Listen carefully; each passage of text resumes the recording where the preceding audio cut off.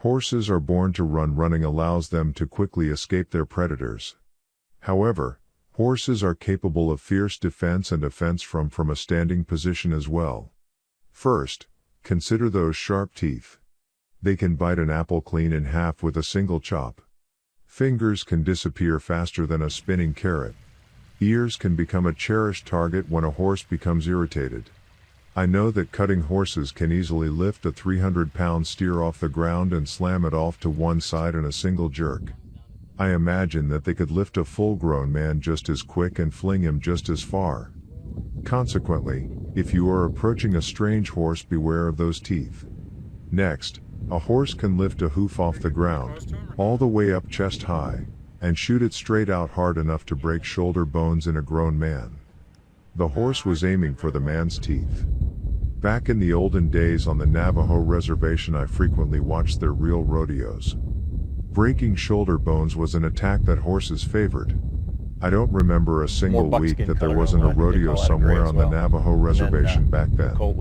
It's been 45 years since I seen a good rodeo like that. Then you have that intimidating rearing stallion dance where both hooves can be flailing one after the other or both together. The last weapons are those two hooves in back. From a sleepy standing position, horses can kick with either foot and they can rear up and kick with both feet.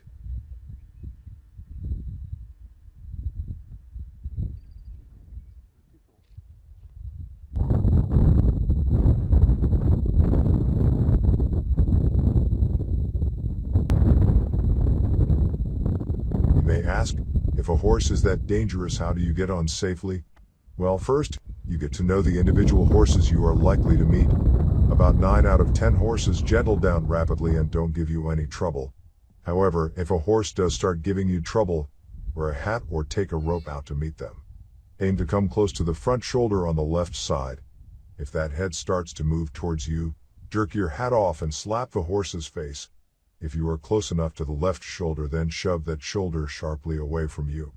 Make sure you are not the first one to act bossy. The last thing you want is to make the horse think you are always coming out there to fight. It is bad enough that rodeo bronc busters act like that is the only way to tame a horse. It is just their way of beating a horse. Their philosophy is, if you kick a dead horse long enough you won't have to bury it. Well, how else can you tame a horse? The best way I have seen is to guide him down into a deep mud hole where the mud is especially sticky. It is best the mud hole is extra wide as well. A slight variation of this process is to tie one of the front feet up off of the ground so you have a three-legged horse. These are my two favorite ways. However, I must admit that I love to top off a bronc the hard way, long ago. Racehorses can maintain speeds of up to 30 miles per hour, possessing an excellent sense of balance and a strong fight or flight response. That is their favorite way of avoiding trouble. Related to this need to flee from predators in the wild is an unusual trait. Horses are able to sleep both standing up and lying down, with younger horses tending to sleep significantly more than adults. However, any time we had a grown horse injured and it wanted to lie down, we would put a belly band around it and hoist it up just enough so that the feet were still on the ground, but there was little or no weight on them. Female horses are called mares. Mares carry their young for approximately 11 months. Most of them are born after midnight, and before the sun comes up, a horse colt can run fast enough to keep up with a herd headed away from big trouble.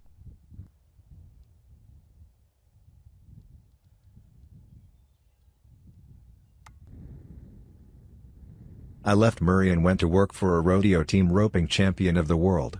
One day I was driving by the pond that Murray kept flooded with water. I looked the other way and there was a strawberry roan filly with her foot trapped between two strands of barbed wire. She was in the process of sawing her foot off as she struggled wildly to get it loose. I stopped my pickup and raced up the hill to see if I could get her out. However, from the way she was lunging, it became obvious that the best I could do would be to reassure her help was coming and hold her still until someone came by and helped me get her foot out. It didn't take me even a few minutes to realize that just holding her still was going to be a real challenge. Every time she pulled on that foot, the two strands of barbed wire would cut deeper into her leg, two sides at once. Finally, I grabbed her leg just above the knee and held on the best I could. I wrestled with her for at least an hour before I saw Cowboy come driving down the road towards me. He was looking at my pickup to see where I was. I grabbed my hat with one hand and held on to the filly with the other. I waved my hat to catch Cowboy's attention. He came running, but stopped about halfway up the hill as he took in what was happening. He turned back around and raced to his truck to get his wire cutters. Together we got her leg out without hurting her any more than we could help. He asked me to walk the filly back up to the scale house. When I arrived, Cowboy said he had called the vet. Together we kept her off that foot and staunched the flow of blood until the vet finally arrived. He had another emergency to take care of. The vet wrestled around and got a good look at how much damage had been done. "Cowboy, you got a choice to make. I can finish amputating or I can cut the nerve in her foot and cauterize." Cowboy had been afraid of that. He looked far off to the north as if wishing would bring Murray home earlier. Then he looked back at the vet and said, "Cut the nerve." A few years earlier I had worked beside Cowboy for about a decade. I knew his real name, but Cowboy was all anybody ever called him. He was 10 years younger than I was, but I had always looked up to him, and that day I was proud of him too. Barbed wire is something a horse needs to learn about a little bit at a time. If there is a mare around, they will be a whole lot safer while they learn.